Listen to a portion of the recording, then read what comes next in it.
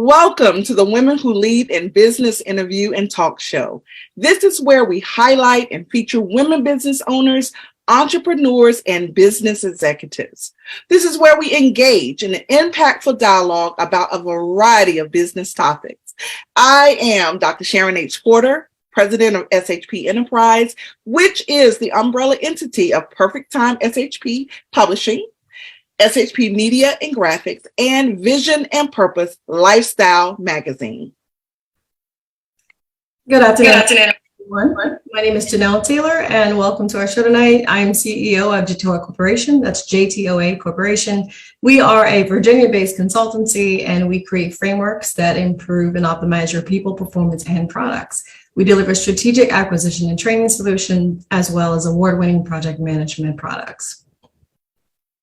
A variety of things. Hi, everybody. I'm Maisha Hoy. I'm the CEO of BSHG LLC, which means nothing because I manage these brands' customer first marketing, MaishaLemonadeStand.com, and my Black-owned brand marketplace, Cubob.com. Welcome. Ladies, it's been a minute since we've been together. How is everyone? We're missing our Dawn, but she is out in California doing great work, and we can't wait till she returns and hear all about it. But how have you guys been? Wonderful, guys. It's good to see you lovely ladies again. And hello, Dawn in California. Absolutely. This is all post voting, and so everyone is hopefully did your civic duty in doing that. And today it's all about women who lead in business. We are really excited. We want to thank everyone for joining us, whether you're watching us live or the replay. And so I'm just really excited. We have a wonderful topic of discussion for this evening. We're going to be talking about the 4 keys to success for women leaders. And this is an article that was written by the Center for Creative Leadership. So we're going to talk a little bit about that towards the end. We'll take a look at what those 4 keys are and have a rich discussion and dialogue about that. But first, we are so super excited to have an amazing guest with us tonight. She joins us this evening. And, you know, when we talk about having amazing women in leadership, it really does not get any better than this, right? She is none other than Dr. Brandy Williams. She is a proud Texas Southern graduate. She has recently contributed $100,000 to the medical program to assist in enhancing the studies for minority students that are interested in medicine. So exciting. She is one of the youngest Black female pharmacists in the Houston, Texas area who owns her own pharmacy, and it's We Care RX. And she is a mom of 2. She enjoys bowling with her kids. And I am just really excited to have her and hear all about this goodness. Dr. Williams, welcome to Women Who Lead. Thank you. Thank you for such a wonderful introduction. I'm happy to be here. How are you? Oh, man, we are so great and eager to hear from you. And I think Miss Maisha is going to kick it off for us. Well, first of all, let me say, I just love your hair. Thank you. It is crowning you, Queen. It is crowning you. My first question is I'm all about the journey. Like, how did you get to be a pharmacist? And the second to that is, how many women pharmacists are there? Because I just don't hear of a lot of women going into that career. So first your journey, then if you know any demographics on the pharmacy career for women. Okay. So I am Dr. Brandy Williams. I am a native Houstonian. And so I grew up in the Sunnyside, South Park area of Houston. And growing up, I attended Worthing High School. In the 11th grade, one of my teachers, I've always had a love for science. Let's start there. Science and math. And the funny thing is, even growing up where I grew up, I've always had a love for academics. So like academia has always been at the forefront. My mom did not play. I couldn't make less than an A. B's were not acceptable. So I've always been like the cool kid and the nerdy kid all in one. And I enjoyed it. I loved school. I was one of the kids that could not wait, and summer was too long. I wanted to get back. So it's the love started there. And that summer, she knew that I wanted to go to medical school. So the summer of 11th grade, she introduced me to a program. I had to apply. I got accepted. Baylor College of Medicine used to do a summer science for seniors program. So I got accepted there, and I migrated between two labs. So I was in the cardiology lab, which at the time they were studying heart and brain tissue for sudden infant death syndrome. The ages were six to 12 months. Then after that, I was in a pharmaceutical lab where we were studying the development of drugs. So we were going over how drugs were, how it started, the creation, the chemical reactions, and all of these things. And so from there, I decided, you know what, decided to go more so with the pharmaceutical lab because I enjoy the chemistry aspect of it. I enjoyed being in a lab, and I enjoy making chemicals. And so the chemical interchange and the chemical reactions, all of that excited me. So I decided to go into pharmacy from there. So there wasn't a person that you could point to. That's what I was trying to get to. Like, it's not a lot of women that I know about. You could correct me if I'm wrong, that are in this career. Okay, so that's the minor piece that I left out. So the guidance counselor, my 11th grade guidance counselor, her first name was Miss Sharon. I cannot remember her last name, but she was the guidance counselor at Worthing. She also happened to be our biology teacher. So I had her 9th grade, and then she became my guidance counselor in 11th grade. And she said, well, what about pharmacy? Have you ever looked into pharmacy? Because I was discussing with her the time frame and what was required to become a medical doctor and the time frame. And for me, it was just a little too long. And so she said, well, why don't you look into pharmacy? And I didn't understand what a pharmacist was. My mother has epilepsy, and I'd been into Walgreens with her, right? But I still had no understanding of why she was going in there, what she was doing, what epilepsy was, what medication she was taking for seizures. I knew to go and grab that medication and what amount to grab if something ever happened. But I had no idea. I mean, she would go pick up medicine from behind a counter. There was someone standing there. So ultimately, I had no idea. And had I not been introduced to it by my guidance counselor, I still probably wouldn't know what a pharmacist. I may have even went to college and still not have known what a pharmacist was or what that entailed. So I contribute all of my success the start. Of course I had to do some work, but I wouldn't have been in this field if it wasn't for her. And that's how I got started. Only about 2% of African American women are pharmacists. The pharmacy industry consists about 2% of women that look like me.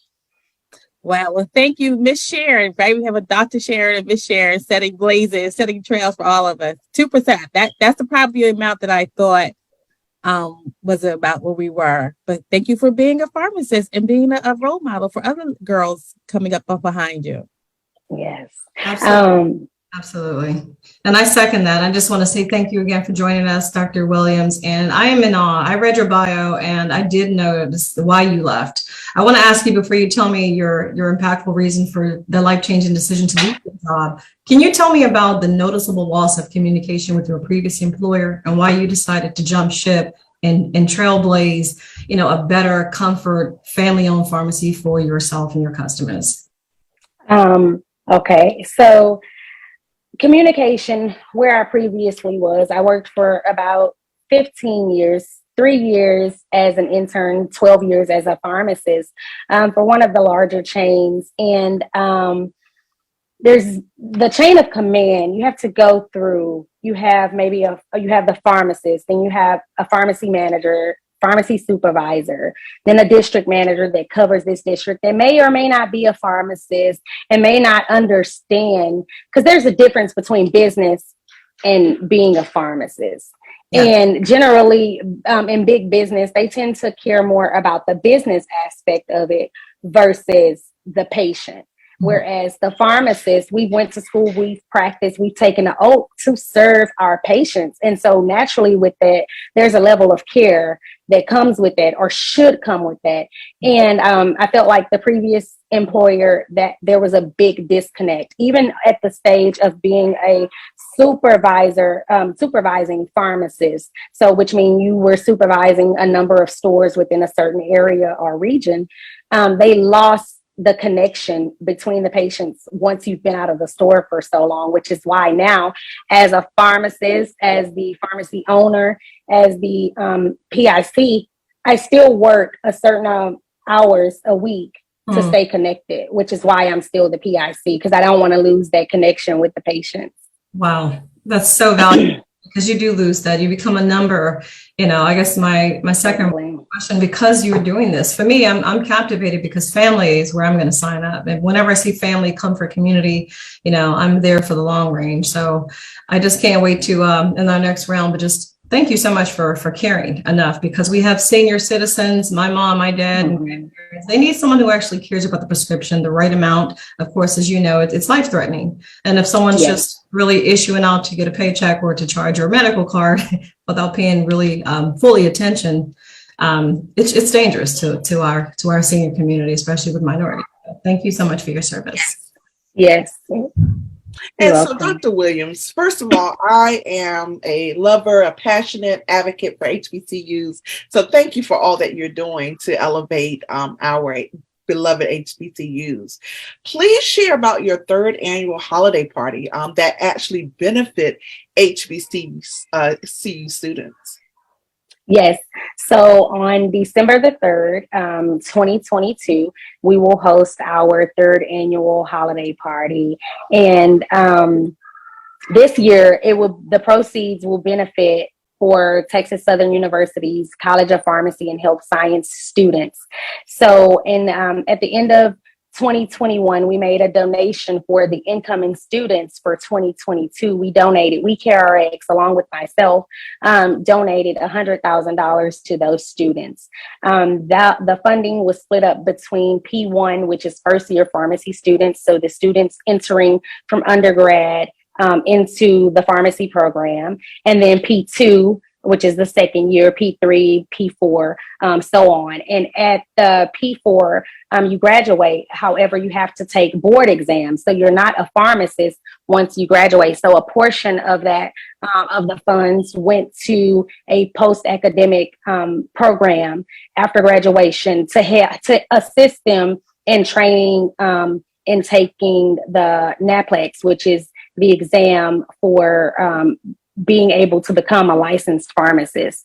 And so we were able to donate $100,000 and cover students amongst all 4 years of pharmacy school. So this gala will be helping to do that again for this upcoming for 2022 and the upcoming students for 2023. Sorry. That's amazing. That really is. And so, we definitely have to talk further about that, because I absolutely love that. I do a HBCU book series called the HBCU Experience. And it's all the proceeds are donated to various universities, whoever come in to share their experience. And so the importance of this. And, I want you to talk a little bit about your journey getting to Texas Southern. Did you always know that that's where you were going? What actually got you there? And were you specific in wanting to go to an HBCU, or did you happen to land there? So I'll answer the latter first.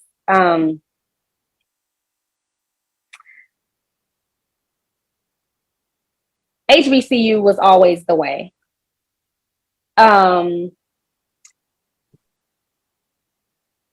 My first choice was Xavier University. I applied to Xavier. I applied to TSU. I applied to FAMU. So I applied to FAMU. And then my guidance counselor also told me, well, don't limit yourself. go ahead and apply to some other schools. So I applied to U of H, and I applied to the University of Texas in Austin. So I got into all of the schools that I applied to. I did receive an acceptance letter. The decision making came in when I saw the cost of tuition, and so at Xavier was an automatic no. The amount of the tuition that was required to attend their university and for room and board was just, at the time, for me and my family, astronomical. Like, I hadn't even seen that dollar amount before on paper, you know. So of course that was a no. And I received scholarships, but it just still did not add up to the amount. And then I wasn't able to receive financial aid because of my mom's income. So then I received a full ride to the University of Texas in Austin. And back then they were doing a scholarship called the Longhorn Opportunity, and they were distributing those scholarships amongst the inner city high schools. So of course, Worthing High School fell within that program guidelines. So you had to apply, and I was ranked number 3 in my class. So of course I had all of the credentials and everything. And so I was one of the 3 chosen for that program, and went to visit for a weekend, to make a long story short, and just felt like it was not for me. I had a few experiences while I was there, and I just decided, well, you know, this is a little different, and I want somewhere that feels like home. And I'm big on family, and just that feeling that you get being amongst family and knowing that you're okay, that you're safe, and you're just free to be. So I wanted to go to school to get an education and not have to worry about so many other things interfering with that education.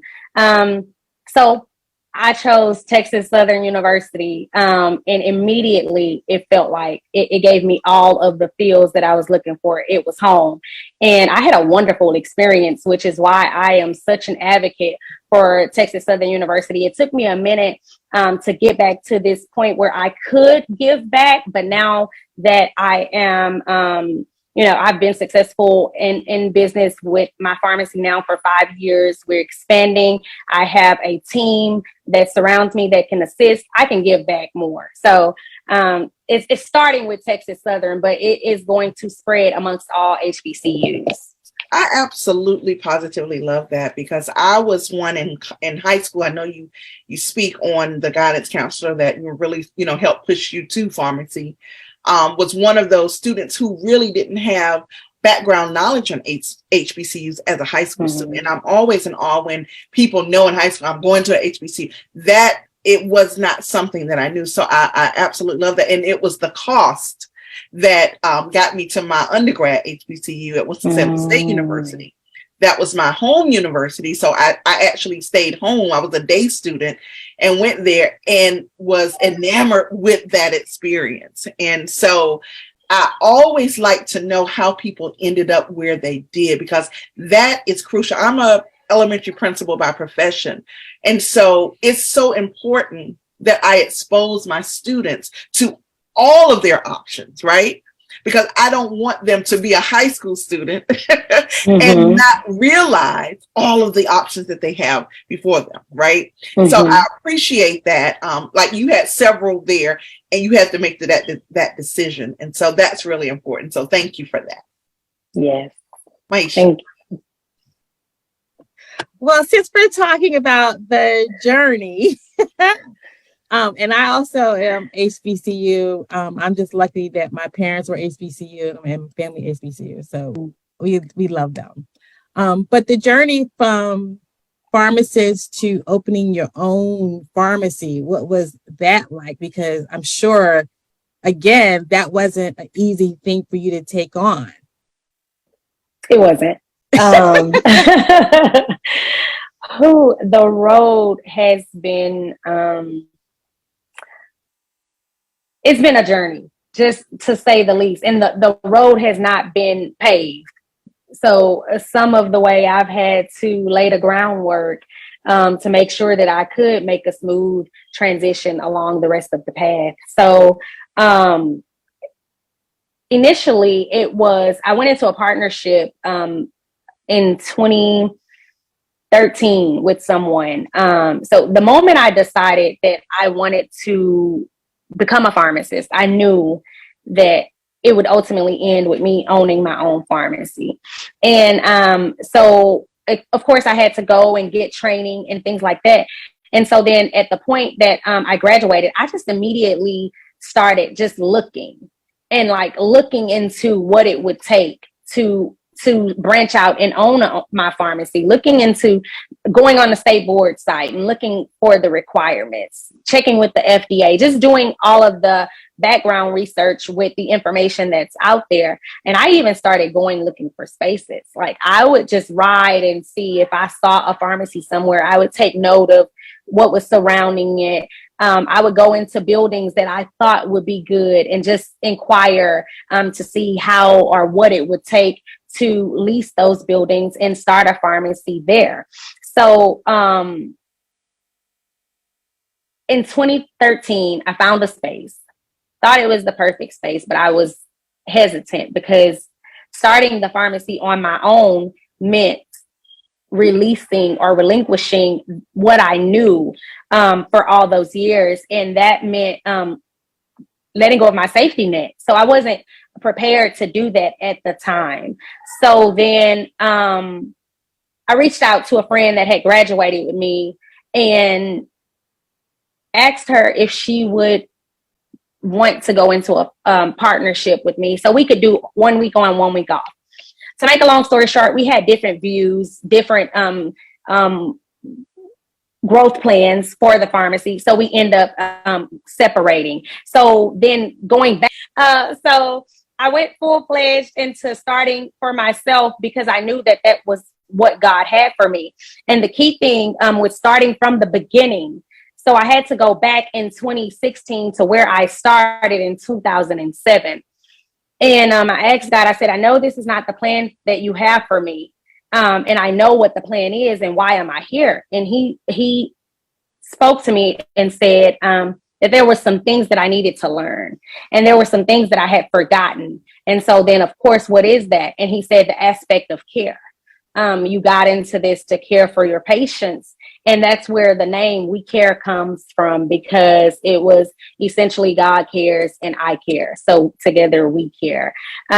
So yeah, that's how I transitioned from there to where I am now. That is a great journey. We all know that the road to entrepreneurship and owning our own is not an easy one. So thank you for doing it and keep on doing it. And we appreciate it. Absolutely. Dr. Williams, you are a champion of these efforts. You obviously recognize, current upcoming synergies, but I want to talk about, since we're talking about frameworks, what do you foresee as something transforming, your family focus, your present and intentionally caring for family. So do you find that people are more trusting? Do they care more? They've even trying to get off their meds. Are they more interested when you sit down to do your consultations? Or is it, because you're not transactional. Obviously, you sounds like you're just changing the game for people, especially minorities. But like you seem like you're going for the gold. You're going global. I don't think you're going to just. I feel and I see that. So, what do you find that people are? What do you find that there's an upcoming transformation for your company and for your community? For We Care, right? Yes. Yes. Okay. Not losing the aspect of care. So that's the biggest thing. And I think that will, that compelled with technology will help advance We Care RX or be transformative. And so I've always said, why can't I be a household name? And so in the years to come, We Care RX will be branching out.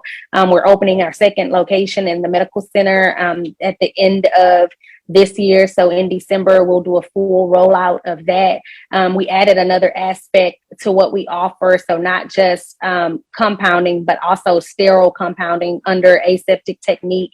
That's going to help a multitude of patients, chemotherapy patients, patients needing TPNs, and even patients needing intrathecal injections. So that compelled with technology is going to be transformative in advancement for us. And there is not a Black-owned sterile compounding pharmacy within the state of Texas. So that will be good, and something, because I'm trying to also within that take pharmacy back to being the most trusted profession.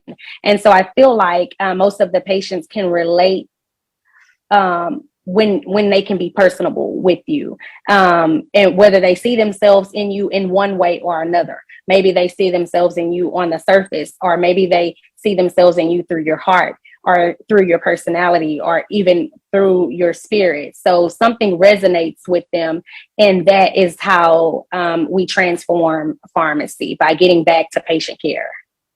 I absolutely love it. And again, trust is so important, and the transparency for me. It just had being a caretaker of parents, I would send them to you second to none. Congratulations on your second coming.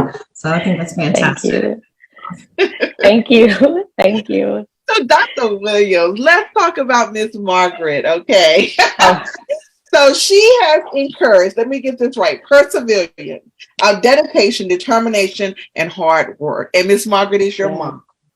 Yes, Miss Margaret is my mom. Yeah. So please talk to us a little bit about those traits that she really instilled from a very young age. Miss Margaret. So she's in the other room. So she is going to, I don't know, I'm sure she's listening. I'm sure once she heard her name, she kind of like tuned in.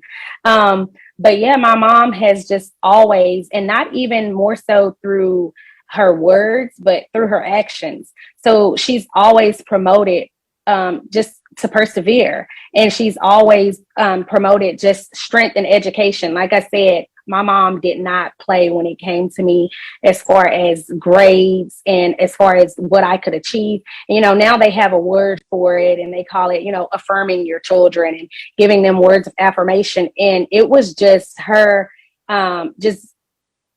she has a really big heart. And so it was just her instilling in me who I could be. And, and not knowing what she was doing or how she was affirming things that were already inside of me, but that may have never come out had my mother not tapped into and watered those seeds that were already within me. And so I attribute all of that to her. It wasn't until I maybe graduated college, or either I was in college. So somewhere between 2001 to 2007, where I truly understood all of the lessons that she had taught me while I was younger. Because of course, as a teenager, I thought she was the world's worst mom, and so I came to her at at a point during that time frame, and I said, Mom, thank you, because I was able to look back on what she had taught me and where I had advanced to and where it had got me and how it had helped me through, even helping me through my courses and my coursework. Just never give up, and you can do it. And never be afraid to ask questions. So she taught me to be inquisitive and, never take no for an answer. And I look back and I say, Mom, thank you. Because had you not been that, had you been like this mom or this mom or this mom, I honestly can't say that I would be who I am today standing before you. And so I greatly appreciate her. And I always try to tell the younger generation that, because who wants to listen to their mom as a teenager and you don't understand it. And I tell myself that now as a mom, take every chance to have a teaching moment. And that's what my mom did, and she showed it. She lived by, she would always say, don't do as I do as I say. Yes. However, in her life, that was just something that was passed down to her. But in her life, she imitated how she wanted me to present myself or the things that she wanted me to do. Like even the working hard, now they're calling it the grind, but just the hard work ethic. I got that from my mom by seeing her work. You know, I grew up in the hood, but I thought we were rich, you know, until I got that tuition from Xavier. And I realized, no, we're not as rich as I thought. But just that work ethic for my mom and the sacrifices that she made without me knowing or without me seeing, and just the dedication and being a go-getter and knocking through doors, and just being a trendsetter and paving the way, being innovative, just endurance. My mom taught me all of that. I love that. I love that. So, Dr. Williams, we just truly appreciate you coming on tonight.